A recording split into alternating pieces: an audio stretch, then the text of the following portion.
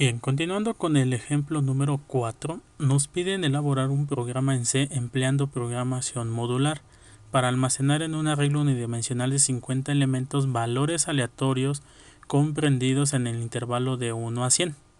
Posteriormente intercambia los valores menores a 30 por 0, los valores mayores a 70 por 1 e indique cuántos valores quedaron sin modificar.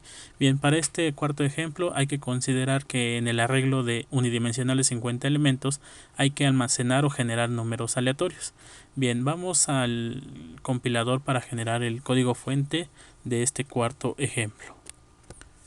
Continuando en nuestro compilador para el desarrollo del código fuente de nuestro cuarto ejemplo, voy a retomar algo del código que teníamos del ejercicio anterior para modificar y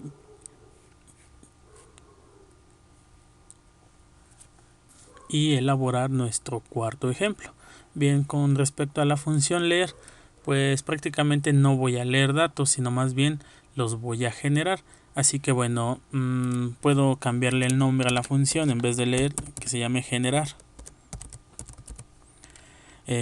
Los datos los voy a almacenar en un arreglo de tipo entero, número de elementos, aunque se nos piden 50 elementos, lo voy a dejar de manera general para n elementos. Y bueno, aquí voy a emplear las coordenadas para imprimir los datos que se han generado. En este caso, pues voy a volver al texto dato. Y bueno, no lo voy a capturar por medio de usuario. Así que bueno, lo voy a generar.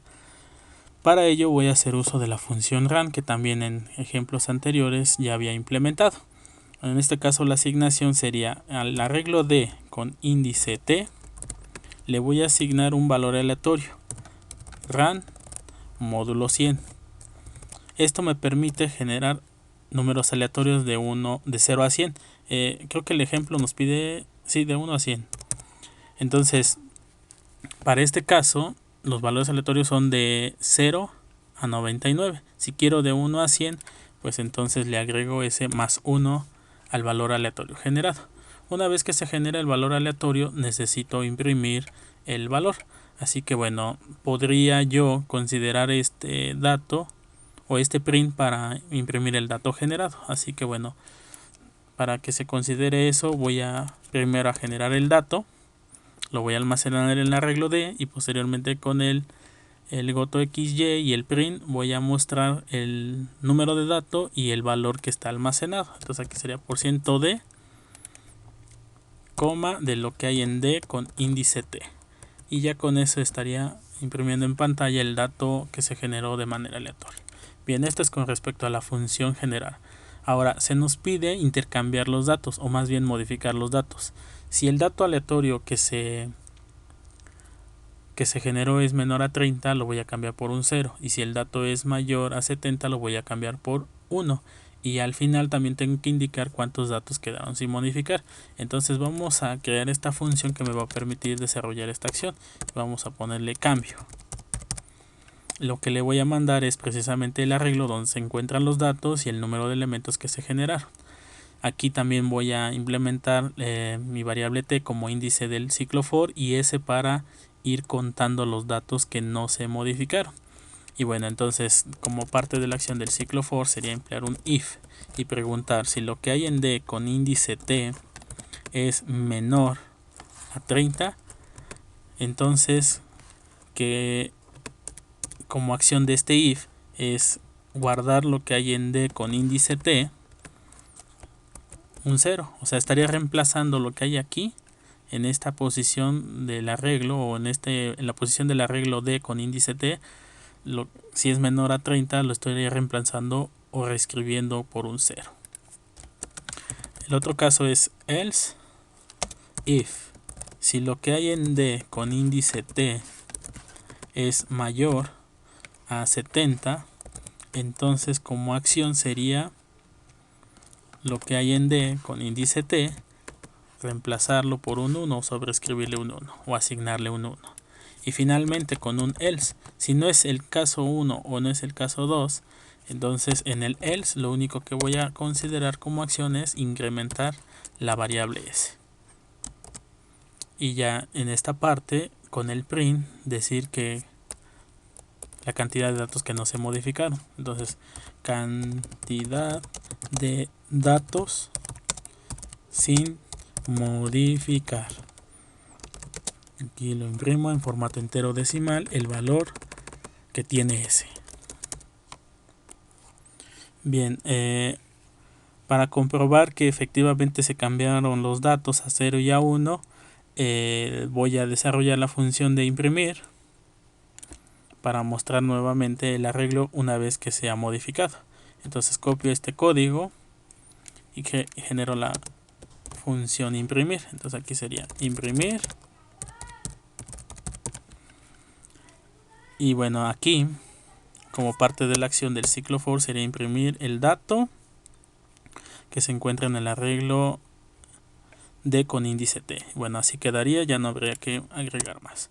Ya en el código, en la función principal main, vamos a crear nuestro arreglo entero de nombre datos. En este caso nos piden 50 datos como máximo, lo voy a dejar en función de n y aquí modifico, en vez de decir cantidad de personas, vamos a indicar cantidad de datos, lo almaceno por medio de scan en formato entero decimal, dirección de la variable n, mando a llamar mi función generar. Y bueno, en este caso le mando el arreglo que se llama datos, el número de elementos que quiere generar y la posición donde se van a imprimir. Posteriormente mando a llamar mi función cambio. Si le puse cambio, a ver, sí, cambio. Entonces aquí digo cambio.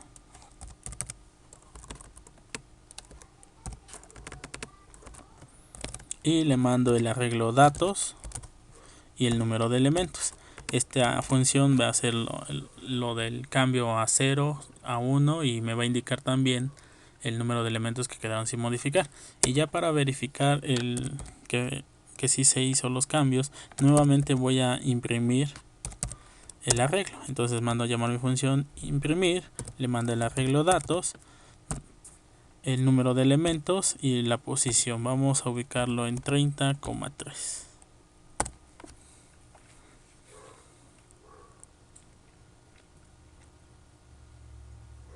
Bien, ya con esto estaría yo concluyendo mi aplicación.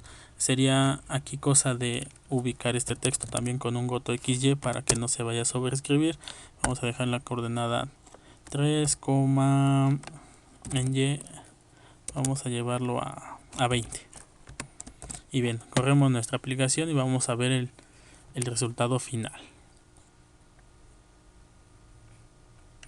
Aquí hace falta un punto y coma. Bien, vamos a correr el programa ahora sí. Ya en la ejecución de nuestro programa nos pide ingresar la cantidad de datos. Vamos a ingresar 10 datos. Y vean ustedes, este es el arreglo que se generó. Aquí están los datos aleatorios que van del 1 al 100. La segunda columna es precisamente la columna de datos que se imprimieron después de la modificación. Y entonces ustedes observen aquí, el dato 4 como es menor a 30, lo cambió a 0. El dato 26 que tiene 25 también es menor a 30, lo cambió a 0. El dato 7 que es mayor a 70 lo cambió a 1. Y bueno, esos serían los únicos cambios porque los demás no están dentro de este intervalo. Así que bueno, los datos que quedaron sin modificar serían 1, 2, 3, 4, 5, 6 y 7, que es precisamente lo que marca aquí, cantidad de datos sin modificar. Algo que bueno, quiero que también observen es que si yo vuelvo a correr el programa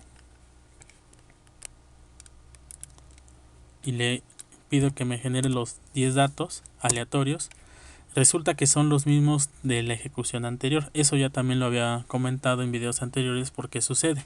Recuerden que la generación de números aleatorios se generan a partir del tiempo de ejecución de su aplicación, y como el tiempo de ejecución siempre es el mismo, entonces se generan los mismos datos aleatorios para esta ejecución. Bien, lo que hay que considerar es precisamente modificar este tiempo para estar generando números aleatorios diferentes a cada ejecución del programa. Para eso, bueno, vamos a considerar en el main el uso de la función srun, y como parámetro vamos a incluirle un time null.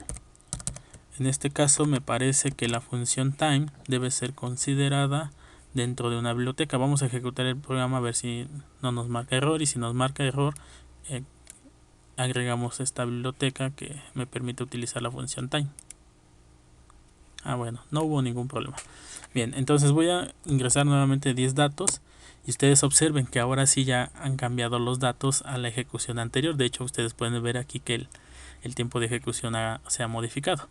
Y bueno, aquí ya podemos ver cuántos datos han cambiado a 0, puesto que son menores a 30. Particularmente el 6 y el 9 cambiaron a 1 porque son mayores a 70. Y los datos que quedaron sin modificar son 1, 2 y 3. 1, 2, 3 y 4, que son los 4 que están marcando en la parte de abajo.